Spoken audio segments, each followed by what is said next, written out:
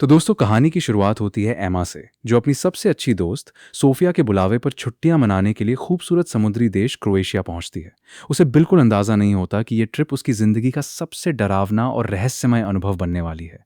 ये जगह सिर्फ अपने शानदार नज़ारों के लिए ही नहीं, बल्कि वहाँ के मेहमान नवाज लोगों के लिए भी मशहूर है। एयरपोर्ट से होटल तक आते समय ड्राइवर मार्क एमा की इतनी मदद करता है कि अगर एमा मना ना करती तो शायद उसका पूरा सामान खुद कमरे तक पहुंचा देता। मार्क का ये व्यवहार एमा पर अच्छा प्रभाव छोड़ता है और जाते जाते वो उसका नंबर भी ले लेती है, क्योंकि अनजान शहर में कोई भरोसेमंद इंसान होना हमेशा काम आता है। कुछ ही देर बाद सोफिया नीचे आकर एमा का स्वागत करती है और उसे अपने अपार्टमेंट में ले जाती है। समुद्र के किनारे बना वो शानदार घर देखकर एमा दंग रह जाती है। दोस्त की इतनी शानदार मेहमान नवाजी देखकर उसे थोड़ा संकोच होता है, इसलिए वो अपने साथ लाया हुआ छोटा सा गिफ्ट सोफिया को देती है। भले ही वो कोई महंगा तोहफा नहीं था, लेकिन उसमें दोस्ती और प्यार की भावना थी। वैसे भी सोफिया को पैसों की कोई कमी नहीं थी। शाम होते ही दोनों तैयार होकर डिनर के लिए निकलती हैं। बाहर जाते समय उनकी मुलाकात मकान मालिक विक्टर से होती है। पहली नज़र में वो बेहद सभ्य और पढ़ा लिखा इंसान लगता है, लेकिन असल में वो काफ़ी अमीर मकान मालिक है। एमा उसके घर की तारीफ करती है और फिर दोनों वहाँ से निकल जाती हैं। डिनर के दौरान बातचीत में एमा को पता चलता है कि सोफिया का अपने अमीर पति से झगड़ा हो गया है। इसी वजह से वो यहाँ छुट्टियां मनाने आई हैं ताकि थोड़ा मन बदल सके। लेकिन झगड़े की वजह सुनकर एमा भी हैरान रह जाती है। असल में सोफिया एक नई ड्रेस खरीदना चाहती थी, लेकिन उसके पति ने मना कर दिया था। इससे साफ पता चलता है कि सोफिया कितनी जिद्दी और मनमौजी है। इतना ही नहीं, घर से निकलते समय वो अपने पति का क्रेडिट कार्ड भी साथ ले आई थी और इस पूरी ट्रिप का खर्च उसी कार्ड से उठा रही थी। बातों बातों में एमा भी अपनी शादीशुदा जिंदगी के बारे में बताती है। वो कहती है कि बच्चे के जन्म के बाद से उसके और उसके पति के बीच पहले जैसा रिश्ता नहीं रहा। उनका बच्चा अब 1 साल से ज्यादा का हो चुका है, लेकिन फिर भी उनके बीच पति पत्नी वाला रिश्ता लगभग खत्म हो चुका है। ये सुनकर सोफिया को बहुत अजीब लगता है और वो एमा के लिए दुख भी जताती है। लेकिन एमा का नजरिया अलग था।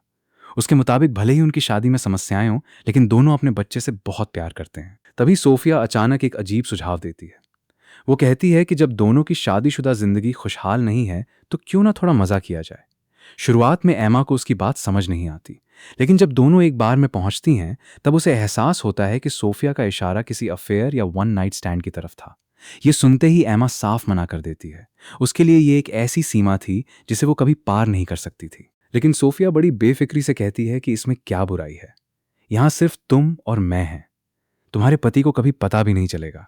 हालांकि एमा ऊपर से मना कर रही थी, लेकिन अंदर ही अंदर वो भी वहां मौजूद हैंडसम लड़कों की तरफ आकर्षित हो रही थी। कुछ देर बाद दोनों ड्रिंक पीने लगती हैं। एमा को याद है कि उसने बहुत ज्यादा नहीं पिया था, लेकिन कुछ ही देर बाद उसकी याददाश्त धुंधली होने लगती है। उसे सिर्फ कुछ टुकड़े टुकड़े याद रहते हैं। पहला, सोफिया 2 लड़कों को अपने घर बुला रही थी। दूसरा, किसी बात पर वो बहुत गुस्से में चिल्ला रही थी। अगली सुबह जब एमा की आंख खुलती है तो उसके होश उड़ जाते हैं। कमरा पूरी तरह बिखरा हुआ था। फर्श पर टूटे हुए ग्लास पड़े थे और जगह जगह खून के निशान दिखाई दे रहे थे। सबसे डराने वाली बात यह थी कि सोफिया कहीं नजर नहीं आ रही थी। एमा बार बार उसे फोन करती है, लेकिन कोई जवाब नहीं मिलता। घबराकर वो अपने पति को फोन करती है और सारी बात बताती है। उसका पति उसे शांत रहने के लिए कहता है और अनुमान लगाता है कि शायद सोफिया नाश्ता लेने बाहर गई होगी। फिर वो अचानक पूछता है कि तुम दोनों के बीच कोई झगड़ा तो नहीं हुआ था। ये सवाल सुनकर एमा कुछ पल के लिए चुप हो जाती है।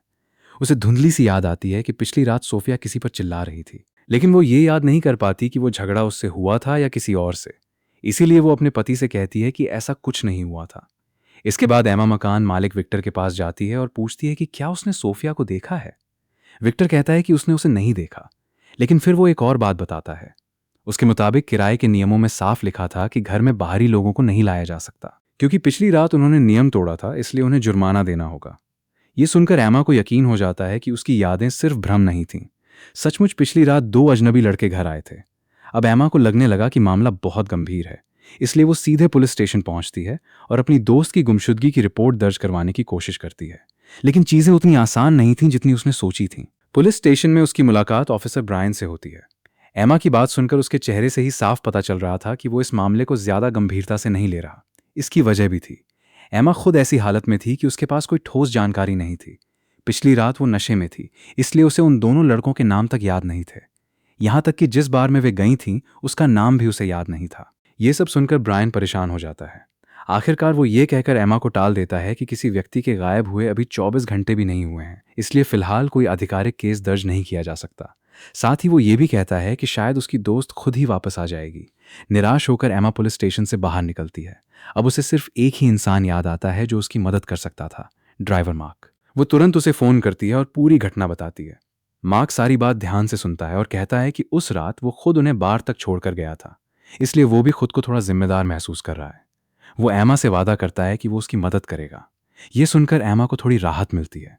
दोनों उसी बार में पहुंचते हैं जहां वे पिछली रात गई थी। मार्क के दबाव डालने पर बार के कर्मचारियों से कुछ जानकारी निकलवाने में सफलता मिलती है। तब उन्हें पता चलता है कि वे दोनों लड़के बार के आम ग्राहक नहीं थे। वे दरअसल पैसे लेकर महिलाओं के साथ समय बिताने वाले एस्कॉर्ट थे। ये सुनकर एमा पूरी तरह हैरान रह जाती है। वो कहती है कि उसने कभी किसी ऐसे व्यक्ति को हायर नहीं किया था। तब मार्क पूछता है कि क्या ये हो सकता है कि उन्हें सोफिया ने बुलाया हो। ये सुनते ही एमा को पिछली रात की बातें याद आने लगती हैं। अब उसे समझ आता है कि सोफिया जब मजा करने की बात कर रही थी तो उसका असली मतलब क्या था। सौभाग्य से मार्क उन दोनों लड़कों को पहचानता था, क्योंकि वो उन्हें अक्सर उस बार में देखता था। थोड़ी खोजबीन के बाद वो दोनों को मिलने के लिए बुला लेता है। लेकिन जैसे ही वे दोनों लड़के एमा को देखते हैं, अचानक घबरा कर भागने लगते हैं। उनकी ये हरकत पूरे मामले को और भी रहस्यमय बना देती है। क्या सचमुच उनका सोफिया के गायब होने से कोई संबंध था? मार्क तुरंत उनके पीछे दौड़ पड़ता है। काफी देर तक पीछा करने के बाद वो उनमें से एक को पकड़ लेता है। दबाव पड़ने पर वो लड़का आखिरकार सच बोल देता है। उसके मुताबिक उसे नहीं पता कि सोफिया कहाँ है। वो इसलिए भागा क्योंकि उस रात उसने मौका देखकर सोफिया का बैग और मोबाइल चुरा लिया था। इसके बाद वो गिड़गिड़ाते हुए कहता है कि अगर उसे पुलिस के हवाले ना किया जाए तो वो चोरी किया हुआ सामान वापस कर देगा। उसकी बातों से ऐसा नहीं लग रहा था कि वो झूठ बोल रहा है, इसलिए एमा उससे सिर्फ सोफिया का बैग और फोन वापस ले लेती है और उसे जाने देती है। लेकिन इसके बाद एमा मार्क से एक और महत्वपूर्ण बात साझा करती है।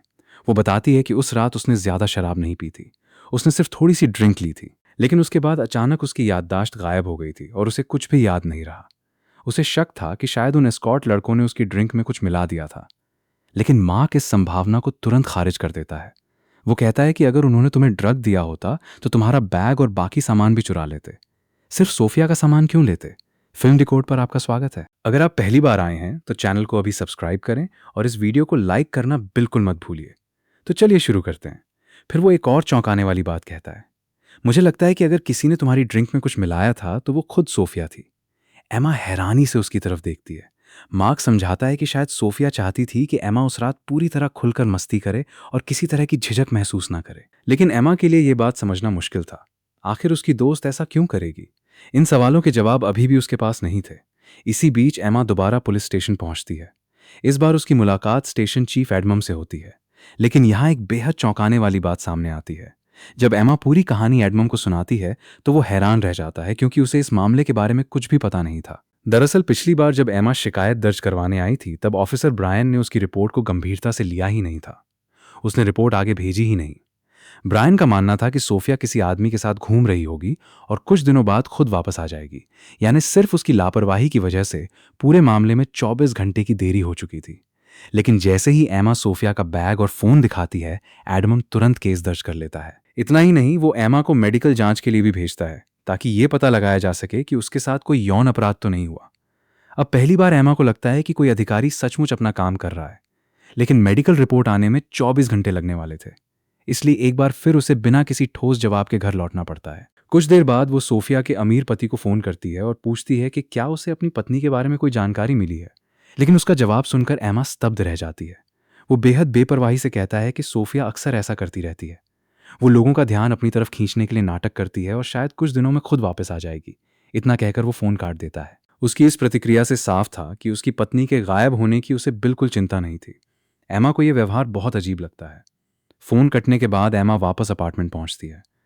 वहां पहुंचकर वो देखती है कि सोफिया का सामान बिस्तर पर रखा हुआ है।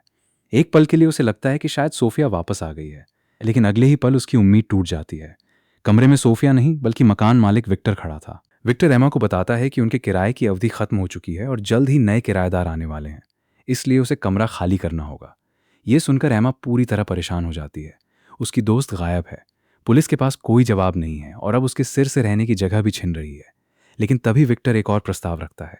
वो कहता है कि उसके पास एक बेसमेंट रूम भी है जो अभी खाली पड़ा है। अगर एमा चाहे तो वहां रह सकती है, किराया भी वो कम लेगा। एमा के पास कोई दूसरा विकल्प नहीं था। अगर सोफिया वापस आती तो उसे सबसे पहले इसी जगह के बारे में पता चलता, इसलिए वो विक्टर का प्रस्ताव स्वीकार कर लेती है। हालांकि इस दौरान विक्टर के चेहरे पर कुछ ऐसा भाव था जिसने एमा को असहज कर दिया। उसकी मुस्कान अजीब और संदिग्ध लग रही थी।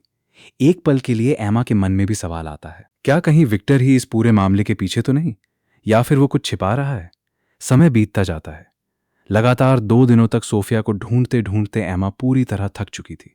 बेसमेंट में पहुंचते ही वो बिस्तर पर गिर पड़ती है और गहरी नींद में सो जाती है। जब उसकी आंख खुलती है तो आधी रात हो चुकी होती है। अचानक उसे सोफिया का मोबाइल याद आता है। वो सोचती है कि अगर किसी तरह फोन खुल जाए तो शायद उसके अंदर कोई ऐसा सुराग मिल जाए जो पुलिस को नहीं मिला। लेकिन फोन पासवर्ड से लॉक था। काफी कोशिशों के बाद भी वो उसे नहीं खोल पाती। अब उसके पास सिर्फ पुलिस की रिपोर्ट का इंतजार करने के अलावा कोई रास्ता नहीं था। लेकिन अगली खबर उसकी उम्मीदों से कहीं ज्यादा भयानक साबित होती है। कुछ देर बाद पुलिस की तरफ से कॉल आता है और जो खबर उसे मिलती है वो सुनकर उसकी दुनिया हिल जाती है। झील के किनारे एक महिला की लाश मिली थी। वो लाश सोफिया की थी। पानी में काफी समय तक रहने की वजह से उसकी हालत बेहद खराब हो चुकी थी। ये सुनते ही एमा टूट जाती है। जिस दोस्त के साथ वो कुछ दिन पहले हंस रही थी, घूम रही थी, आज वही दोस्त एक ठंडी लाश बन चुकी थी। खबर मिलते ही एमा का पति भी वहां पहुंच जाता है। पुलिस जांच के बाद बताती है कि सोफिया की मौत दुर्घटना नहीं थी। वो गलती से पानी में नहीं गिरी थी। उसके सिर पर जोरदार चोट मारी गई थी और फिर उसे झील में फेंका गया था। यानी ये साफ साफ हत्या का मामला था। अब तक की जानकारी के आधार पर सबसे बड़े संदिग्ध वही 2 एस्कॉर्ट लड़के थे जो उस रात उनके घर आए थे। पुलिस एमा और उसके पति को घर जाने के लिए कहती है और भरोसा दिलाती है कि जांच जारी रहेगी। इसी दौरान एमा को अचानक एक महत्वपूर्ण बात याद आती है। सोफिया का फोन सिर्फ पासवर्ड से ही नहीं बल्कि फेस अनलॉक से भी खुल सकता था। जब बाकी लोग वहां से चले जाते हैं तो एमा चुपके से सोफिया का फोन निकालती है और उसकी पहचान का इस्तेमाल करके फोन खोल लेती है। लेकिन फोन खुलते ही जो चीज उसे दिखाई देती है वो उसकी सांसें रोक देती हैं। फोन में मौजूद मैसेज और कॉल रिकॉर्ड देखकर उसे पता चलता है कि उसकी सबसे अच्छी दोस्त सोफिया काफी समय से उसके अपने पति के साथ संबंध में थी। ये देखकर एमा के पैरों तले जमीन खिसक जाती है।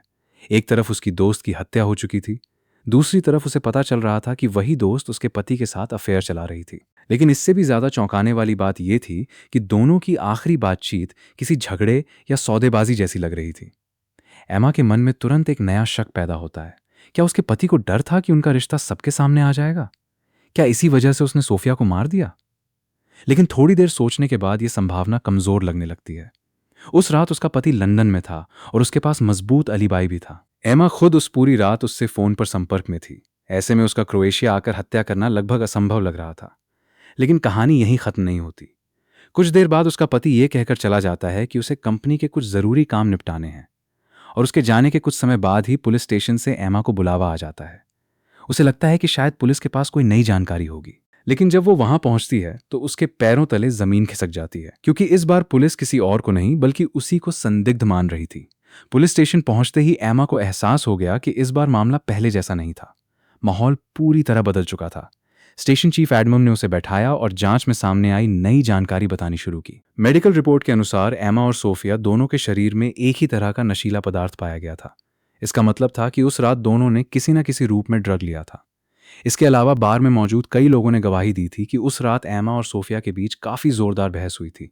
इतना ही नहीं, उन एस्कॉर्ट लड़कों में से एक के रूममेट ने भी बयान दिया कि दोनों लड़के उस रात जल्दी ही अपने हॉस्टल वापस लौट आए थे, यानी हत्या के समय वे वहां मौजूद नहीं थे। इन सभी बातों को जोड़कर पुलिस ने एक नई थ्योरी तैयार कर ली थी। उनके मुताबिक नशे की हालत में एमा और सोफिया के बीच झगड़ा हुआ। बहस बढ़ती गई और गुस्से में एमा ने सोफिया पर हमला कर दिया। इसके बाद उसने उसकी हत्या कर दी और लाश को झील के किनारे फेंक दिया। ये कहानी सुनकर एमा गुस्से से भर उठती है। उसे ये आरोप पूरी तरह बेतुका और हास्यास्पद लगा। वो बार बार कहती रही कि उसके पास सोफिया को मारने की कोई वजह ही नहीं थी। तभी एडमम ने उसकी आंखों में देखते हुए पूछा कि क्या वो उनसे कुछ छिपा रही है। एमा ने बिना एक पल गंवाए जवाब दिया, नहीं। लेकिन सच्चाई ये थी कि वो एक बहुत बड़ी बात पुलिस से छिपा रही थी। उसने अभी तक किसी को नहीं बताया था कि सोफिया के फोन में उसे अपने पति और सोफिया के अफेयर के सबूत मिले थे। अगर वो ये बात बता देती तो पुलिस को उसके खिलाफ हत्या का सीधा मकसद मिल जाता। यही वजह थी कि उसने इस राज को अपने तक ही सीमित रखा। पूछताछ खत्म होने के बाद ऑफिसर ब्रायन उसे वापस उसके ठिकाने तक छोड़ने गया, लेकिन जाते जाते उसका पासपोर्ट जब्त कर लिया गया। उसे साफ शब्दों में बता दिया गया कि जब तक जांच पूरी नहीं हो जाती वो देश छोड़कर कहीं नहीं जा सकती। अब एमा लगभग नजरबंद जैसी स्थिति में थी। कमरे में अकेली बैठी वो अंदर ही अंदर घुट रही थी। उसके मन में गुस्सा, दुख और बेबसी सब कुछ एक साथ उमड़ रहा था। आखिरकार उसने अपने पति को फोन लगाया और सीधे सवाल किया कि उसने अपने और सोफिया के रिश्ते की बात उससे क्यों छिपाई। लेकिन उसके पति का जवाब सुनकर वो पूरी तरह चुप हो गई। उसे पता चला कि सालों पहले उसी सोफिया ने उसकी मुलाकात उसके पति से करवाई थी। अब एमा को लगने लगा कि शायद शुरुआत से ही सब कुछ एक झूठ था। उसे महसूस होने लगा कि वो हमेशा से सिर्फ एक विकल्प थी, जबकि असली रिश्ता किसी और का चल रहा था। अपना दर्द किसी से साझा करने के लिए उसने फिर से मार्क को फ़ोन किया। उसे लगा कि कम से कम मार्क उसकी बात समझेगा और उसका साथ देगा। लेकिन उसे बिल्कुल अंदाज़ा नहीं था कि यही कदम उसकी मुश्किलों को और बढ़ाने वाला था। कुछ ही समय बाद पुलिस ने एमा पर आधिकारिक रूप से हत्या का मुकदमा दर्ज कर दिया। इस बार वजह और भी चौंकाने वाली थी। पुलिस ने मार्क की पूरी पृष्ठभूमि खंगालनी शुरू कर दी थी। जांच में पता चला कि कई साल पहले उसका नाम अल्बानिया के एक आपराधिक गिरोह से जुड़ा हुआ था। उस पर आरोप था कि वो पैसे लेकर लोगों के लिए हिंसक काम करता था। बाद में वो क्रोएशिया आ गया और नई पहचान के साथ सामान्य जिंदगी जीने लगा। अब पुलिस ने एक नई कहानी तैयार कर ली थी। उनके अनुसार एमा ने अपने पति और सोफिया के अफेयर के बारे में पता चलने के बाद बदला लेने की योजना बनाई। उसने मार्क को पैसे देकर सोफिया की हत्या करवाई और फिर खुद को मासूम दिखाने की कोशिश की। ये सुनकर एमा पूरी तरह हैरान रह गई। उसने बार बार कहा कि उसका मार्क से कोई पुराना रिश्ता नहीं है और उसने कभी किसी को नुकसान पहुंचाने के बारे में नहीं सोचा। लेकिन तभी एडमम ने एक ऐसी बात सामने रख दी जिसका जवाब एमा के पास नहीं था। एडमम ने सीधे कहा कि उन्हें एमा के पति और सोफिया के रिश्ते के बारे में पता चल चुका है। ये सुनते ही एमा का चेहरा उतर गया। अब वो ये दावा नहीं कर सकती थी कि उसके पास हत्या करने का कोई मकसद नहीं था, क्योंकि पुलिस की नज़र में उसके पास सबसे मजबूत कारण मौजूद था। एमा लगातार कहती रही कि ये सब सिर्फ एक संयोग है और वो पूरी तरह निर्दोष है। लेकिन सवाल ये था कि क्या वाकई ये सब सिर्फ संयोग था, या फिर इस कहानी में अभी भी कोई ऐसा सच छिपा था जो सामने आना बाकी था। पूछताछ के बाद एमा को जेल नहीं भेजा गया, लेकिन उसे सख्त निगरानी में घर पर ही रहने का आदेश दिया गया। अब वो घर से बाहर एक कदम भी नहीं रख सकती थी। हालांकि यही मजबूरी उसे सोचने का समय भी दे रही थी। अकेले बैठकर वो बार बार पूरे मामले को जोड़ने की कोशिश कर रही थी। तभी उसे अचानक एक ऐसी बात याद आई जिसने उसके दिमाग में खतरे की घंटी बजा दी। उसके पति और सोफिया के अफेयर की जानकारी सिर्फ उसे थी और सोफिया का फोन भी लगातार उसी के पास था। फिर पुलिस को इस रिश्ते के बारे में पता कैसे चला? उसने इस बारे में सिर्फ एक बार अपने कमरे में फोन पर बात की थी। तभी उसके मन में एक खौफनाक शक पैदा हुआ। क्या कोई उनकी बातें सुन रहा था? क्या कमरे में कहीं कोई छिपा हुआ सुनने वाला उपकरण लगा हुआ था? यही सवाल उसे एक ऐसे रहस्य तक पहुंचाने वाला था जो पूरे मामले की तस्वीर बदल देने वाला था। यह ख्याल आते ही एमा के शरीर में सिहरन दौड़ गई। अगले ही दिन उसने पूरे कमरे की बारीकी से जांच शुरू कर दी। काफी देर तक तलाश करने के बाद उसे एक ऐसी चीज मिली जिसने उसके होश उड़ा दिए। उसकी आशंका सही निकली। कमरे में सचमुच छिपे हुए सुनने वाले उपकरण लगे हुए थे। अब एमा को समझ आने लगा था कि आखिर उसकी निजी बातें बाहर कैसे पहुंच रही थीं। इसके बाद उसने फैसला किया कि उसे उस कमरे की जांच करनी होगी जहां जाने से मकान मालिक विक्टर हमेशा मना करता था। मौका मिलते ही वो चुपके से उस कमरे के अंदर पहुंच गई, लेकिन अंदर का नजारा देखकर उसके पैरों तले जमीन खिसक गई। विक्टर सिर्फ एक अजीब मकान मालिक नहीं था, बल्कि वो लोगों की जासूसी करने का शौकीन था। घर के लगभग हर कमरे में छिपे हुए कैमरे लगे हुए थे और वो किराएदारों की हर गतिविधि रिकॉर्ड करता था। हालांकि हैरानी की बात यह थी कि यही सनक अब एमा के लिए सबसे बड़ा सबूत बनने वाली थी। उसने तुरंत रिकॉर्डिंग सिस्टम चालू किया और उस रात की फुटेज देखने लगी जिस रात सोफिया गायब हुई थी। शुरुआत की रिकॉर्डिंग बिल्कुल वैसी ही थी जैसी पुलिस बता रही थी। एक एस्कॉर्ट लड़के ने सचमुच सोफिया का बैग चुराया था। जब सोफिया को इसका पता चला तो वो गुस्से में उसके पीछे भागी और एक टैक्सी में बैठकर उसका पीछा करने निकल गई। लेकिन कुछ समय बाद सोफिया वापस लौटी। हालांकि इस बार वो टैक्सी में नहीं थी। फुटेज में साफ दिखाई दे रहा था कि वो एक काली कार से उतर रही थी। सबसे दिलचस्प बात यह थी कि कार से उतरते समय वो ड्राइवर पर गुस्सा कर रही थी और कुछ बुरा भला भी कह रही थी। एमा ने तुरंत उस टैक्सी और काली कार दोनों के नंबर नोट कर लिए। उसे महसूस हो रहा था कि ये सुराग पूरे मामले की दिशा बदल सकता है। वो बिना समय गंवाए वहां से निकल गई और सीधे मार्क के पास पहुंची। सबसे पहले मार्क ने फिर से सफाई दी कि उसका पुराने गैंगस्टर वाले मामलों से कोई लेना देना नहीं है और पुलिस उसे गलत समझ रही है। लेकिन फिलहाल एमा के पास इन बातों के लिए समय नहीं था। उसने मार्क को दोनों गाड़ियों के नंबर दिए और कहा कि उसे हर हाल में उस टैक्सी ड्राइवर को ढूंढना है जिसने उस रात सोफिया को छोड़ा था। मार्क के लिए यह काम ज्यादा मुश्किल नहीं था। कुछ ही समय में वो टैक्सी ड्राइवर को ढूंढकर एमा के सामने ले आया। एमा ने उससे सीधा सवाल किया कि उस रात वो सोफिया को कहाँ लेकर गया था। ड्राइवर ने बताया कि शुरुआत में सोफिया किसी दूसरी कार का पीछा कर रही थी, लेकिन कुछ देर बाद उसका निशान खो बैठी। इसके बाद उसने उससे कहा कि उसे पुलिस स्टेशन ले चलो। ये सुनते ही एमा एकदम सन्न रह गई। अब उसके दिमाग में सारी बातें जुड़ने लगीं। अचानक उसे समझ आ गया कि ऑफिसर ब्रायन ने शुरू से इस मामले को गंभीरता से क्यों नहीं लिया था। उसने रिपोर्ट दर्ज क्यों नहीं की थी और हर बार जांच को टालने की कोशिश क्यों की थी। ऐसा लग रहा था जैसे वो जानबूझकर सच छिपा रहा हो। पहली बार एमा को शक हुआ कि असली कातिल शायद वही है, लेकिन इससे पहले कि वो कुछ कर पाती पुलिस वहां पहुंच गई। वे एमा को गिरफ्तार करने आए थे। तभी एमा की नज़र पुलिस की गाड़ी पर पड़ी और उसका दिल तेजी से धड़कने लगा। ये वही काली कार थी जिसे उसने कैमरे की फुटेज में देखा था और जिसमें से सोफिया उस रात उतरी थी। अब लगभग सब कुछ साफ हो चुका था। एमा समझ गई कि सोफिया उस रात पुलिस स्टेशन गई थी और किसी वजह से उसकी मुलाकात ब्रायन से हुई थी। इसके बाद कुछ ऐसा हुआ जिसने उसकी जान ले ली। लेकिन समस्या ये थी कि वो ये बात बाकी पुलिस अधिकारियों को कैसे साबित करे। उसी समय मार्क ने एक योजना बनाई। उसने कहा कि वो ब्रायन को अपने पीछे लगा लेगा ताकि एमा सीधे स्टेशन चीफ एडमम तक पहुंच सके और उसे पूरी सच्चाई बता सके। योजना सुनने में अच्छी लग रही थी, लेकिन किस्मत ने फिर साथ नहीं दिया। मार्क को पुलिस ने रोक लिया और दूसरी तरफ ब्रायन ने एमा को पकड़ लिया। अब एमा की जान खतरे में थी। ब्रायन समझ चुका था कि एमा सच के बेहद करीब पहुंच चुकी है। अगर उसने मुंह खोल दिया तो उसका खेल खत्म हो जाएगा। इसी वजह से ब्रायन ने फैसला कर लिया कि वो एमा को भी हमेशा के लिए चुप करा देगा। लेकिन तभी घटनाओं ने अचानक ऐसा मोड़ लिया जिसकी किसी ने कल्पना भी नहीं की थी। एमा को खत्म करने की कोशिश के दौरान ब्रायन का संतुलन बिगड़ गया।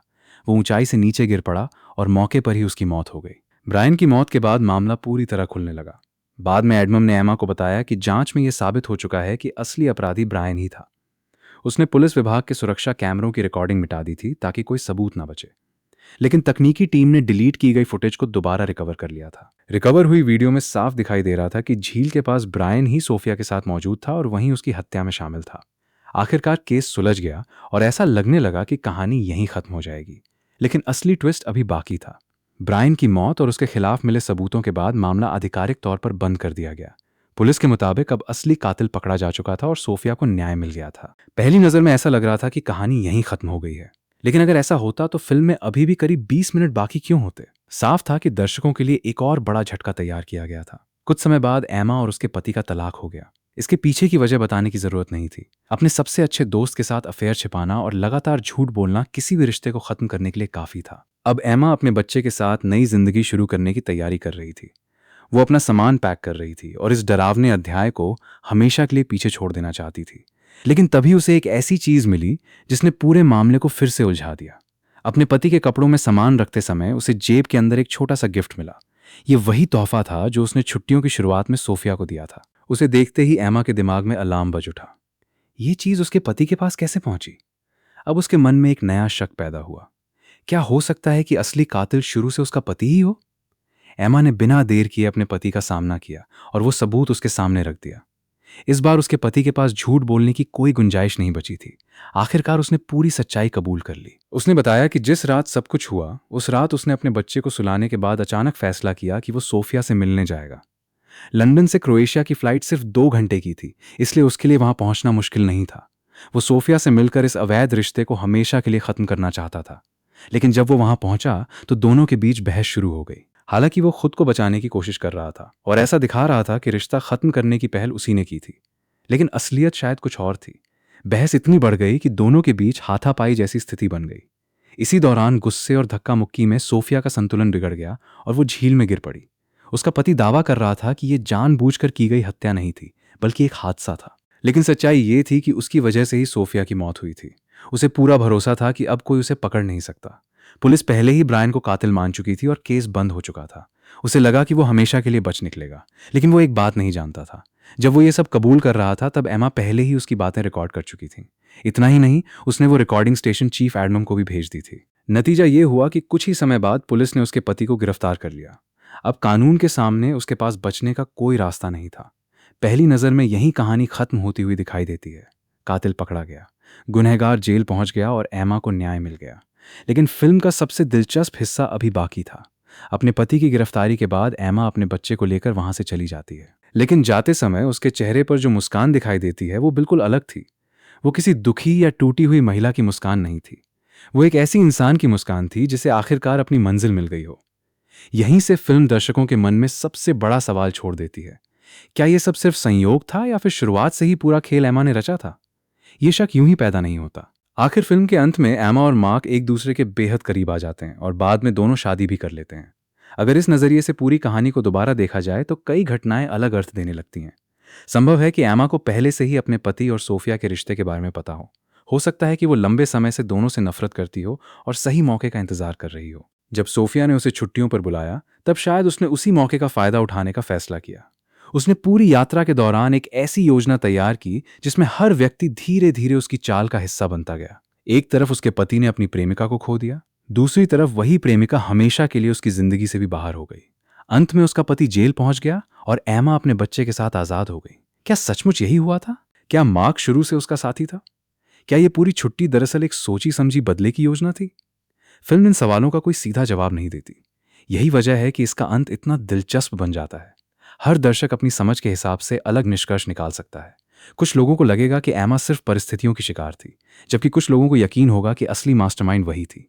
और इसी रहस्य के साथ फिल्म खत्म हो जाती है। तो दोस्तों, अगर ये वीडियो आपको पसंद आई तो इसे लाइक करना बिल्कुल मत भूलिए, और अगर आप फिल्म डिकोड पर नए हैं तो अभी सब्सक्राइब कर लीजिए, ताकि ऐसी और धमाकेदार कहानियां सबसे पहले आप तक पहुंचती रहें। मिलते हैं अगले वीडियो में।